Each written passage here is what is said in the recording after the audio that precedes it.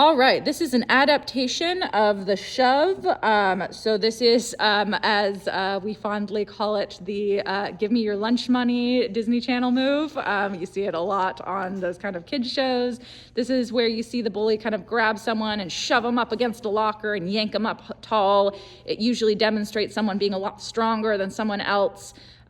So it's actually all an illusion.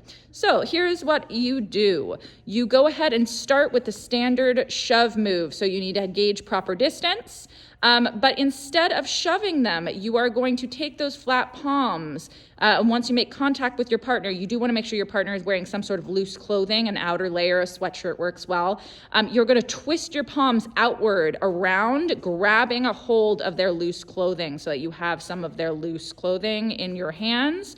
You are then going to yank in and up so that they are kind of forced up onto their toes. If you are the victim, you are going up onto your toes to demonstrate that your partner is stronger and that you are at a now being yanked upwards in a taller position. Typically, there might be lockers behind you and you might be shoved against them in this kind of move.